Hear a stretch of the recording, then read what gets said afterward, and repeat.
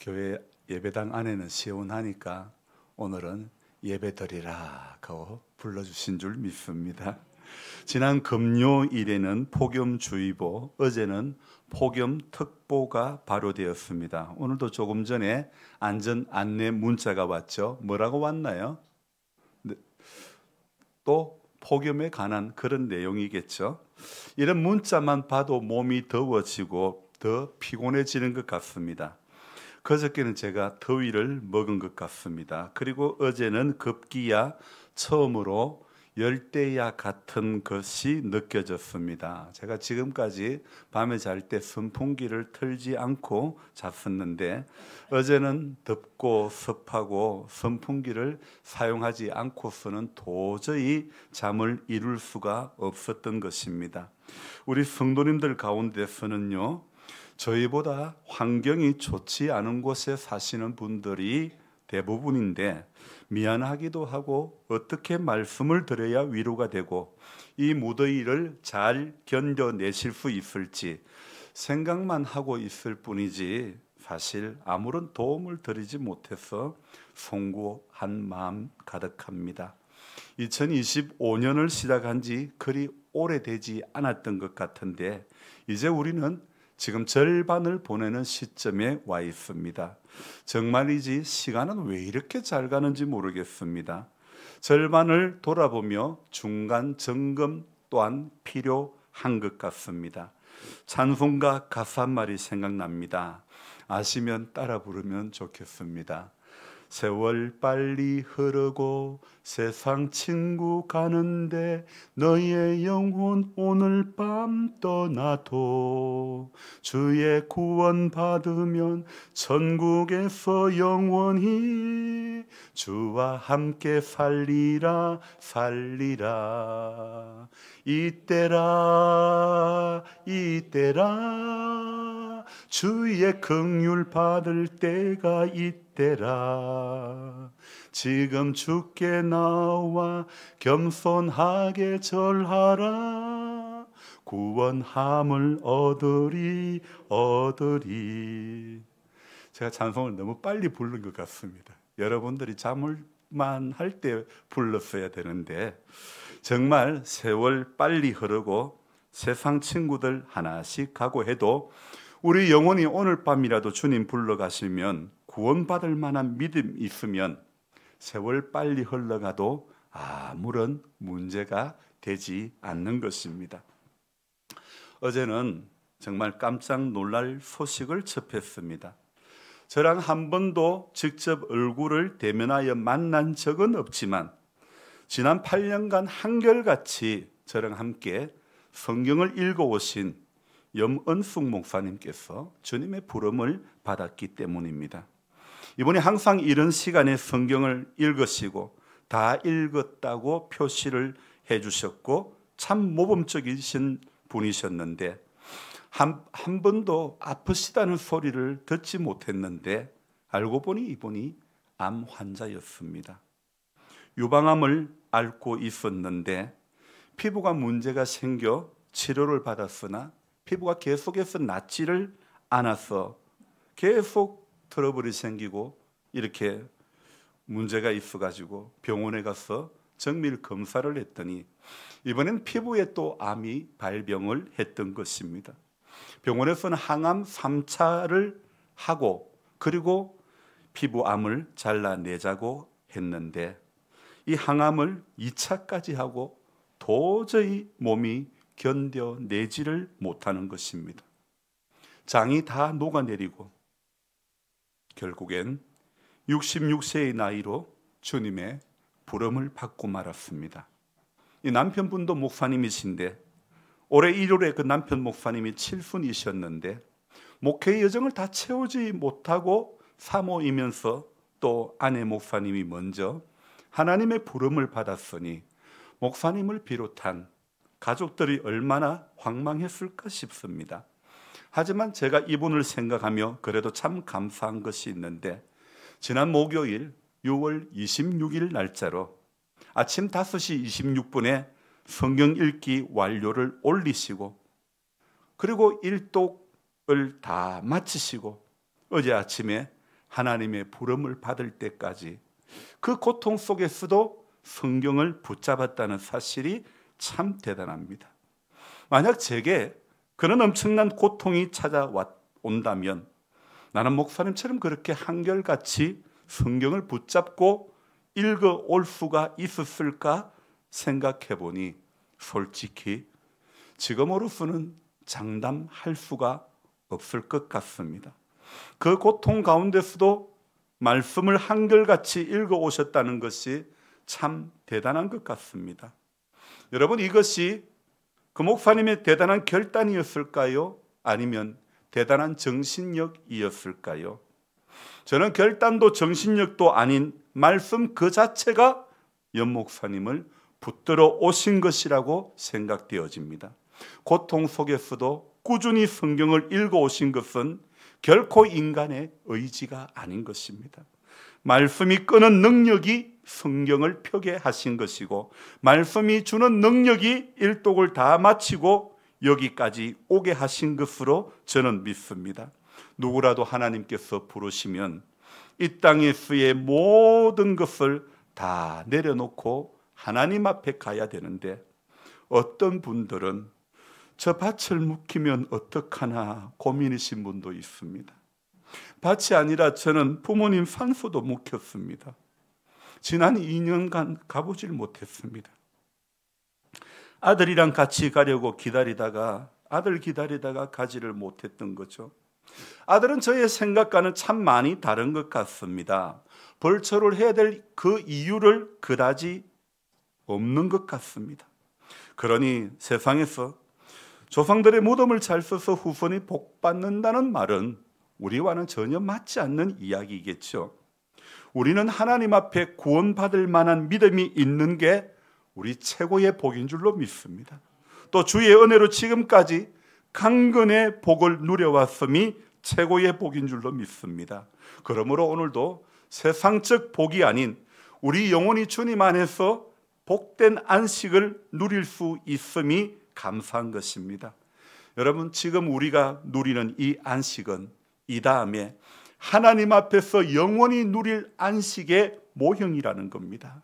그래서 우리가 주님의 안식을 사모하며 같이 예배드리며 같이 믿음 지키다가 같이 하나님 나라에서 배웁기를 소망하며 기도하는 것입니다. 여러분, 천국에 가면 놀라는 것이 있다고 합니다. 크리스찬 조크 그 이야기 가운데 이런 유명한 이야기가 있습니다. 사람들이 천국에 가면 3번 놀란다고 하지요. 그 3번이 무엇일까요? 여러분이 익히 들은 이야기이겠죠.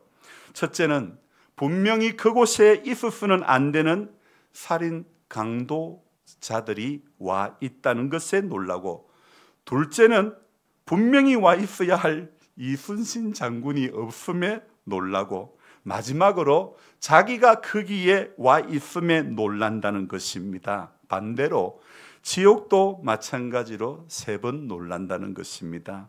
첫째는 분명히 있어서는 안 될 이순신 장군이 있어서 놀라고, 둘째는 교회에 나가면서 위선적으로 살던 그 못된 이웃 김 집사님이 없음에 놀라고, 죄송합니다, 김가순 집사님 아닙니다. 셋째는요, 자기가 그곳에 와 있다는 것에 놀란다는 것입니다.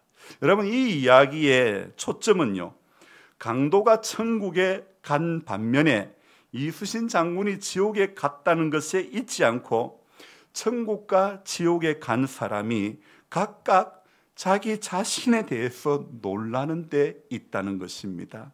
여러분, 천국에 간 자가 어떻게 자기 같은 죄인이 이곳에 와 있는가 생각하면서 놀란다는 거죠. 마찬가지로 지옥에 간 사람은 도대체 내같이 착한 사람이 어떻게 지옥에 떨어졌는지 이해가 안 되어서 놀란다고 하죠.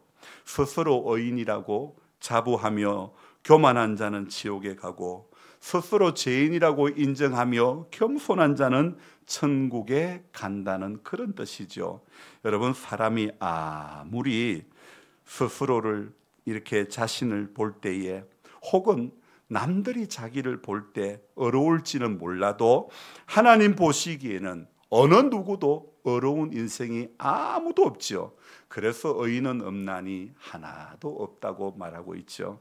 대신에 아무리 사람이 보기에 흉악한 죄인이라고 할지라도 스스로 자신의 죄인됨을 잘 알고 겸비한 사람이라면 하나님 보시기에는 어려운 사람이 되는 것입니다. 그래서 겸손이라고 하는 것은요, 자신의 위치를 평소에 하나님과 세상 앞에 죄인이라고 정확하게 규정해 놓은 사람만이 취할 수 있는 태도가 바로 겸손인 것입니다. 앞에 이야기에서 천국을 갔든 지옥을 갔든 스스로 놀라는 까닭은 자기만은 자신을 잘 알고 있기 때문이 아닐까요? 평소에 자기를 어렵다고 생각해온 사람이 지옥에 간다면, 또 반대로 언제나 자신의 도덕적인 상태가 어렵지 못해 괴로워했던 사람이 천국에 간다면 자기가 와 있어야 할 자리가 아님을 보고 놀랄 수밖에 없는 거죠. 선행으로 일생을 보낸 사람은 자기가 어렵다는 자부심이 대단할 것이고 또 실제 그렇지 않겠습니까? 하지만 불신자들 가운데 우리보다 훨씬 더 어려운 사람이 얼마나 많습니까? 교회를 다니는 우리가 오히려 더 부끄러울 때가 더 많지 않습니까? 그래서 겸손과 교만의 문제를 떠나 여전히 결정적인 문제는 따로 있더라고요. 강도가 가는 천국이라면 나는 그곳에 가지 않겠다는 것입니다. 이 말은 천국은 자기 같은 사람만 들어가는 곳이라고 생각하기 때문이죠. 자기가 생각하는 하나님은 오직 착한 사람만 구원받는 하나님이어야 한다는 것입니다. 하지만 천국은 우리가 잘 아는 주일학교 때 불렀던 노래처럼 돈으로도 못 가요 하나님 나라, 맘 착해도 못 가요 하나님 나라, 어여뻐도 못 가요 하나님 나라. 그러면 어떻게 가는 나라죠? 거듭나야 가는 나라, 하나님 나라. 믿음으로 가는 나라, 하나님 나라. 여러분, 믿음으로 가는 나라, 하나님 나라, 오늘 히브리서 11장이 바로 믿음으로 가는 나라임을 증명해주고 있는 장이죠. 그래서 그 시작이 유명한 히브리서 11장 1절 말씀처럼 믿음은 바라는 것들의 실상이요 보이지 않는 것들의 증거니, 보이지 않는 것들의 증거, 그리고 믿음으로 증거를 받았으니, 이 히브리서를 읽다 보면요, 11장을 읽다 보면 증거라는 말이 굉장히 많이 나오고 있습니다. 우리는 예배를 통해서 우리 신앙의 여정 가운데서 하늘의 증거를 발견해야 하는 것입니다.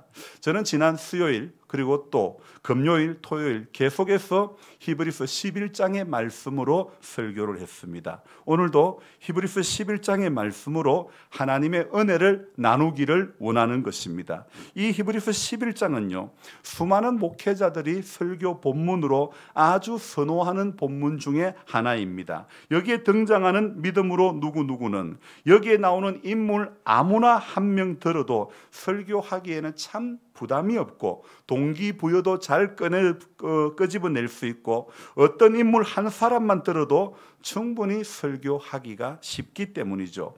여기에 등장하는 구약에 나오는 인물이 최소 16명 이상이 되는데 오늘 히브리서 11장은 이들에 대한 평가를 어떻게 하고 있습니까? 히브리서 저자는요, 아벨부터 시작하여 기생 라합까지, 그리고 오늘 32절 보면 내가 무슨 말을 더하리요 라고 시작하면서 기드온, 바락, 삼손, 입다, 다윗, 사무엘과 선지자들의 일을 말하려면 내게 시간이 부족하도다. 믿음으로 살아온 사람들의 말을 하려면 내게 시간이 부족하다 할 정도로 믿음으로 살았던 사람들의 이야기가 그만큼 가득하다는 거겠죠. 언제요? 언제 그렇게 믿음으로 살았던 사람들의 이야기가 가득할까요? 기독교가 박해받았던 그 시기, 약 주후 70년을 전후로 했던 그 시기입니다. 히브리서 기자가 히브리서를 기록하던 그 시기에 믿음으로 살아갔던 이 16명 이상의 사람들의 이야기는 정말 박해받던 그 시절에는 이들의 이야기가 희망의 상징이었죠. 오늘 히브리서 11장에서 이들에 대한 종합적인 평가가 무엇입니까? 여기에 소개된 믿음의 증인들은 분명 승리자였죠. 그런데 여기서 저는 첫 번째 질문을 여러분들에게 드리고 싶습니다. 과연 이들이 누린 그 승리와 영광은 도대체 언제 주어졌을까요? 이들이 얻게 된 승리와 영광은 도대체 언제 주어진 것이란 말일까요? 자, 언제일까요? 고난과 함께 주어졌다는 것입니다. 동전의 양면처럼 승리의 영광은 반드시 고난 속에서 열매를 맺기 때문이죠. 제가요, 고생이 되고 입에 단내가 날 정도로 참 농사를 하다 보니 너무 힘든데요. 남들이 하는 것 쳐다보니까 너무 쉬워 보이는데 수박이 엊그제 심은 것 같은데 벌써 반대편까지 수박을 자라가지고 수박 순을 보니까 대부분 다 돌렸더라고요. 그런데 내가 하는 것은 왜 이 모양일까요? 외국인 근로자를 시켜서 옥수수 아래 이파리를 뜯으라고 했더니 아주 닭들 삐끼듯이 전부 다 벗기고 말았습니다. 제가 밭에서 들깨를 심는다고 그 밭 옥수수가에 이렇게 밭 안에 들어가 있는데 동네 분들이 하시는 말씀이 들립니다. 아이고 왜 저래 놨노 그러시면 아마 우리 교인들 가운데서도 계셨던 것 같습니다. 제가 봐도 저도 왜 그러는지 정확히는 모르겠습니다. 하지만 확실한 것은 모르니까 그랬지 알면 그랬을까요?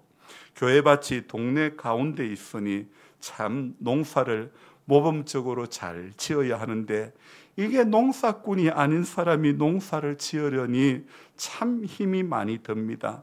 그런데도 왜 할까요? 수확해서 나누려고 하는 것인데 그런데 이제 어제서 제가 깨달아지는 것이 이게 제가 감당할 양이 아니라는 것을 어제 알았습니다. 이것도 모르니 제가 지혜가 참 없지요. 사서 고생을 하는 거죠. 여러분 알면 고생스러운 길을 안 가는 겁니다. 모르니 고생하는 길을 가는 것이겠죠. 가나안으로 가는 여정이 빠르면 보름이면 갈 수 있다고 합니다. 그런데 이스라엘 백성들은 왜 40년을 걸쳐 갔을까요? 역시 모르니까 그렇게 가는 거죠. 오늘 히브리서 말씀은요, 모르는 우리에게 바른 길을 제시해 주고 있죠. 고난 중에서도 증거를 받은 사람이 어떻게 살았는지를 말씀하고 있습니다. 좀 길어도요, 우리 33절부터 같이 읽어보겠습니다. 그들은 믿음으로 나라들을 이기기도 하며 의를 행하기도 하며 약속을 받기도 하며 사자들의 입을 막기도 하며 불의 세력을 멸하기도 하며 칼날을 피하기도 하며 연약한 가운데서 강하게 되기도 하며 전쟁에 용감하게 되어 이방 사람들의 진을 물리치기도 하며 여자들은 자기의 죽은 자들을 부활로 받아들이기도 하며 또 어떤 이들은 더 좋은 부활을 얻고자 하여 심한 고문을 받되 구차히 풀려나기를 원하지 아니하였으며. 여러분, 심한 고난을 받는데 구차히 풀려나기를 원하지 아니했다고 했는데 이게 가능한 이야기입니까? 여기에 심한 고문은 어떤 것이 있을까요? 37절 읽어봅니다. 돌로 치는 것과 톱으로 켜는 것과 시험과 칼로 죽임을 당하고 양과 염소의 가죽을 입고 유리하여 궁핍과 환난과 학대를 받았으니. 참, 돌로 치는 것, 톱으로 켜는 것, 사람을 톱으로 켠다는 것, 칼로 죽임을 당하고 심지어 어디에 산다고요? 38절에 그들이 광야와 산과 동굴과 토굴에 유리하였느니라. 딱히 정해진 곳이 아니고 유리하며 옮겨 다니며 살았다는 것이죠. 그러니 세간살이 하나 제대로 된 것이 있었을까요? 다니엘과 함께 바벨론의 포로로 끌려왔던 세 명의 친구 사드락과 메삭과 아벳노고, 느부갓네살 왕이 세운 금신상 앞에 절하지 않았기 때문에 그들은 맹렬히 타는 풀무불 속에 던져지게 되죠. 그러나 하나님께서 함께 하셨기 때문에 머리카락 하나 타지 않는 기적 같은 놀라운 일을 체험하지 않습니까? 엘리야는 이세벨의 그 악랄한 모략으로부터 이길 수 있었던 것이죠. 또 히스기야 왕은 18만 5천 명의 아수르의 군대 앞에서 그가 할 수 있었던 것은 기도하는 것밖에 없었지만, 그러나 그 기도를 통하여 하룻밤 사이에 아수르 군대 군사 18만 5천 명이 모두가 죽임을 당하고 말았던 것이죠. 여러분, 이렇게 성경 속에는 수많은 믿음의 사람들이 등장하고 있습니다. 또 오늘 31절처럼요, 기생 라합처럼요, 믿음의 여인들도 얼마나 많이 등장하는지 모릅니다. 엘리야 시대에 사르밧 가부가 그랬죠. 엘리사 시대에 수넴 여인이 그랬죠. 이 신약에는요, 나인성 과부가 그랬죠. 우리가 익히 잘 알고 있는 나사로의 누이인 마르다와 마리아를 비롯해서 이 향유 옥합을 깨뜨려 예수님께 바친 여인까지, 어찌 보면 남자들보다 더 믿음을 지킨 수많은 여성들을 우리는 만나볼 수 있지 않습니까? 이들은 희롱과 채찍질을 받았고 때로는 결박당하고 옥에 갇히기도 했죠. 돌로 침을 당하고 톱으로 몸이 잘리기도 하였으며 칼로 죽임을 당하기도 했던 것입니다. 수많은 고난과 학대죠. 발음이 안 되네. 궁핍함을 당하였습니다. 그러나 성경은 이들의 믿음을 무엇이라고 어떻게 정의를 하고 있습니까? 여기서 제가 두 번째로 질문을 드립니다. 이 사람들의 믿음을 38절에 뭐라고 말씀하고 있습니까? 같이 읽어봅니다. 이런 사람은 세상이 감당하지 못하느니라. 세상이 감당하지 못하는 믿음이라고 정의를 내리고 있죠. 이러이러한 박해가 있고 고난이 있음에도 성경은 오늘 히브리서 기자의 종합적인 평가는 이런 사람들은 세상이 감당하지 못한다. 이 말의 뜻이 무엇일까요? 어떻게 해석해야 될까요? 믿음의 사람들에게는요, 세상이 그들에게는 아무런 가치가 없다는 그런 뜻 아닐까요? 즉 믿음의 사람들이 가장 중요하고 가치 있는 것은 세상적인 부귀와 영화가 결코 아니라는 것입니다. 그래서 히브리서 기자는요, 이러한 삶을 잘 보여주는 이 인물로요, 여러 인물들을 이야기하고 있지만 그 중에 우리는 모세의 삶이 어떠했는지 우리는 23절부터 나오는 말씀을 26절까지 한번 읽어보겠습니다. 믿음으로 모세가 났을 때에 그 부모가 아름다운 아이임을 보고 석 달 동안 숨겨 왕의 명령을 무서워하지 아니하였으며, 믿음으로 모세는 장성하여 바로의 공주의 아들이라 칭함받기를 거절하고 도리어 하나님의 백성과 함께 고난받기를, 잠시 제약의 낙을 누리는 것보다 더 좋아하고 그리스도를 위하여 받는 수모를 애굽의 모든 보다 더 큰 재물로 여겼으니 이는 상주심을 바라봄이라. 모세가 가졌던 믿음을 정리를 해본다면 어떤 것일까요? 모세에게는요, 오늘 이 바로의 공주의 아들이라 칭함받기를 거절하고 바로 거절의 믿음이 있었고요. 또 어떻게 해요? 도리어 하나님의 백성과 함께 고난받기를, 잠시 제약의 낙을 누리는 것보다 더 좋아하고 그리스도를 위하여 받는 수모를 애굽의 모든 보화보다 더 큰 재물로 여겼으니 이는 뭐라고요? 상주심을 바라봅니다. 그러니까 모세의 믿음은 거절의 믿음과 상주심의 믿음이 그에게 있었다는 거죠. 여러분, 세상의 것들을 하나님이 주실 상을 기대하며 거절했던 그런 삶을 살았던 것이죠. 누구나 세상의 부귀영화를 바랄 수 있지만 그러나 하나님 나라를 위해서 거절하고 포기할 수 있어야 하는 것입니다. 그 이유는 바로 잠시 이 35절에 보면 이들은 더 좋은 부활을 얻고자 하여 심한 고문을 받되 구차히 풀려나기를 원하지 아니하였으며, 아니 부활이면 그냥 부활이지 더 좋은 부활이 있고 좀 못한 부활이 있습니까? 새벽 시간에 제가 말씀을 드렸는데요, 여기 더 좋은 부활이라는 문장은요, 영광스러운 부활을 얻고자 하여 심한 고문을 받아도 구차히 풀려나기를 원하지 아니했다, 이렇게 해석을 하면 좋겠지요. 여러분, 하나님 나라를 위해서 거절하고 포기할 수 있어야 하는 것입니다. 어제 서울의 권사님과 우리 김전도사가 통화하는 것을 들었습니다. 제가 듣고 싶어서 들은 게 아닙니다. 스피커폰으로 통화를 해서 들었습니다. 이분 남편이 연 매출을 100억을 넘게 하는 회사를 운영하고 있는데 그동안 집이 없었습니다. 땅도 하나도 없습니다. 그래서 37억인가 약 한 200평의 땅이 금매로 나왔다고 해서 한 주간 기도하고 금식하면서 그렇게 응답받고 그 땅을 사기를 원했던 것입니다. 그런데 한 이틀 기도했을까? 만약에 그것을 사면 거기에 돈이 묶여 주님의 선한 일을 못하겠더라는 것입니다.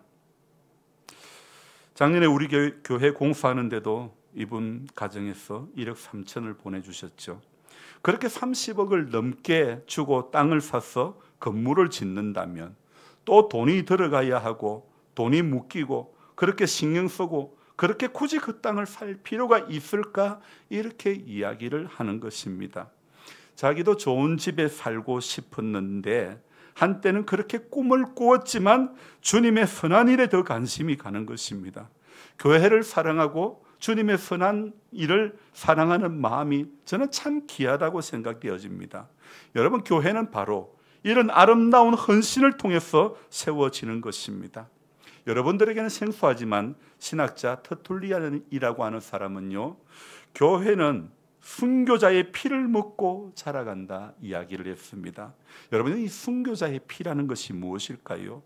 교회가 성장하고 견고해지기 위해서는 반드시 고난이 뒤따라야 된다는 것이죠. 십자가의 영광이 없는 것처럼 우리에게 주어질 영광의 면류관은 십자가의 고난을 통과해야만 얻을 수 있다는 것입니다. 그래서 오늘 이 말씀을 듣는 우리 모두는 기꺼이 고난받기를 즐거워하며 기꺼이 고난에 동참할 수 있는 우리들이 되어야 될 줄로 믿습니다. 하나님께서는 우리가 받는 고난을 통해서 하나님께 영광이 되고 하나님 나라는 확장되며 우리 개인적으로는 영광스러운 부활의 자리로 나아가게 될 줄로 믿습니다. 마지막으로 저와 여러분들이 오늘 39절 40절 말씀을 또 같이 읽어보겠습니다. 이 사람들은 믿음으로 말미암아 이 증거를 받았으니 약속된 것을 받지 못하였으니 이는 하나님이 우리를 위하여 더 좋은 것을 예비하셨은즉 우리가 아니면 그들로 온전함을 이루지 못하게 하려 하심이라. 제가 말씀을 좀 잘 못 읽었죠. 참, 여기에 39절에 나오는 이 사람들은 누구일까요? 38절 이전에 나오는 구약에 나오는 최소 16명 이상의 인물들 아닐까요? 거기에 나오는 모든 믿음의 사람들을 이야기하는 것이겠죠. 자, 그들은 살아있을 동안에 믿음의 증거를 받았지만 믿음으로 살아갔던 그들의 삶은 인정받았지만 그들은 약속은 받지 못했다고 하는 것입니다. 자, 여기에서 우리가 참 중요한 교리가 나오죠. 하나님의 약속의 성취는 오직 누구를 통해, 누구 안에서만, 그리스도 안에서만, 예수님 안에서만 약속이 이루어지는 것이죠. 그래서 구약의 사람들은 약속의 성취를 경험하지 못했지만은 약속을 믿는 믿음 속에서 그들은 살아갔던 것입니다. 그래서 제가 금요일 날 아침에 설교 제목을 구약의 사람들보다 우리가 더 잘 믿어야 될 이유가 바로 이것이라고 그랬죠. 여러분, 구약의 사람들은 약속의 성취를 경험하지 못했지만 그러나 약속을 믿는 믿음 안에서 살아갔죠. 그래서 우리는 오늘 구약 시대의 사람이 경험하지 못했던, 받지 못했던 하나님의 약속에 의해서 예수님을 구주로 모시고 살아가는 그런 한 사람 한 사람이 되었지 않습니까? 그렇기 때문에 주님 앞에 서는 그날까지 저와 여러분들이 우리가 가장 중요하게 여겨야 할 것은요, 교회의 존재 이유는요, 오늘도 세상 모든 민족에게 이 복음을 전하는 것, 이것이 저와 여러분들이 해야 할 마지막 일인 줄로 믿습니다. 하나님이 우리를 위하여 더 좋은 것을 예비하셨습니다. 30몇 억보다 더 귀한 것을 하나님은 예비하고 계십니다. 주님이 보여주신 것, 주님이 알게 해주신 것, 주님이 깨닫게 해주신 것 붙잡고 가면 됩니다. 옥수수 이파리를 다 깔게 뜯었어도 그래도 감사한 것은 제게는 콩밭이 있습니다. 검은 콩이 너무 예쁘게 잘 되었습니다. 근데 제가 쓸데없이 강냉이에 너무 욕심을 많이 내어서 이게 감당이 안 되는데, 그런데요, 콩밭은 너무 예쁜 겁니다. 욕심을 버리고 제게 주신 분량을 따라 살아가는 것이 지혜인 것 같습니다. 여러분, 올 후반기부터 7월부터는요, 이 하나님 나라의 영적인 원리를 따라 우리 모두가 살아가야 될 줄로 믿습니다. 우리 김 전도사가 뒤에서 얼마나 키득키득 웃는지 모르겠습니다. 왜 웃는지 모르겠습니다. 세상의 것들을요, 하나님이 주실 상을 기대하며 거절할 수도 있어야 되는 것입니다. 누구나 세상의 부귀 영화를 바라볼 수 있지만, 그러나 우리는 예수 안에서 포기할 줄도 아는 것, 내가 해야 될 분량이 어디까지인지 모르니까 옥수수 이파리 다 깔겨 뜯고 그러잖아요. 여러분, 저와 여러분들이 하나님이 알려주시는 대로, 하나님이 깨닫게 해주시는 대로, 하나님께서 마음 주시는 대로 이것이 주님의 뜻인가 묻고 또 묻고 주님의 뜻 가운데로 가야지, 인간의 감정이 앞서도 안 되고, 인간의 의욕이 앞서도 안 되고, 인간의 욕심이 앞서도 안 되고. 오늘 아침에 우리 김인숙 권사님이 오셨길, 권사님 참 대단하이다. 나는 이거 몇 평 되도 않은 것도 쩔쩔매는데 그 많은 걸 어떻게 다 하시는지 벌써 수박을 다 돌렸더라고요. 참 대단합니다. 여러분, 그러나 이제는 우리 하나님 앞에 설 준비를 하면서 이 땅에서 조금씩 내려놓는 것이 지혜인 것 같습니다. 그래서 욕심 안 부린 검은 콩은 참 잘 되는데, 욕심 부린 강냉이는 이러다 저러다 강냉이도 안 되고 들깨도 안 되겠다 싶어가지고 들깨 심는 것을 포기하고 말았습니다. 하나도 못하는 게 2개, 3개, 4개 다 한다고 하다가는 이거는 안 될 것 같았습니다. 여러분, 우리 분량을 따라 살아가야 되는 것, 하나님께서 저와 여러분들에게 깨닫게 해 주시는 것 같습니다. 그래서 우리 이제 반년을 살아왔지 않습니까? 남은 반년을 하나님이 내게 주신 믿음의 분량을 따라 지혜롭게 잘 이겨내며 잘 살아내며 잘 마무리해 갈 수 있는 우리 모두가 되기를, 상 주시는 이 심을 바라보며 하루하루 이겨내시기를 주님의 이름으로 부탁드립니다. 기도하겠습니다. 하나님 아버지, 감사드립니다. 욕심이 잉태한 적 죄를 낳고 죄가 장성한 적 사망에 이르는데도 불구하고 인간의 욕심은 참 끝이 없는 것 같습니다. 주님, 내려놓아야 될 때 내려놓을 수 있는 그런 우리 되게 도와주옵소서. 묵힐 수밖에 없는 상황이 되면 묵혀도 안타까워하지 않게 도와주옵소서. 몸이 따라가지 못하는데 의욕만 앞서서는 되지 않는 것 같습니다. 주님, 나이에 맞게 아름다운 신앙을 준비하는 것, 하나님 앞에 우리가 해야 할 일인 줄로 믿습니다. 지난 8년간 함께 해왔던 연목사님, 아침 이런 시간에 성경 읽기 완료를 올리시며 그렇게 신실하게 말씀 앞에 서왔던 목사님을 생각할 때, 그렇게 고통스러운 가운데서도 말씀 앞에 신실했던 것, 말씀이 주는 능력이 그분을 붙잡아 주신 줄로 믿습니다.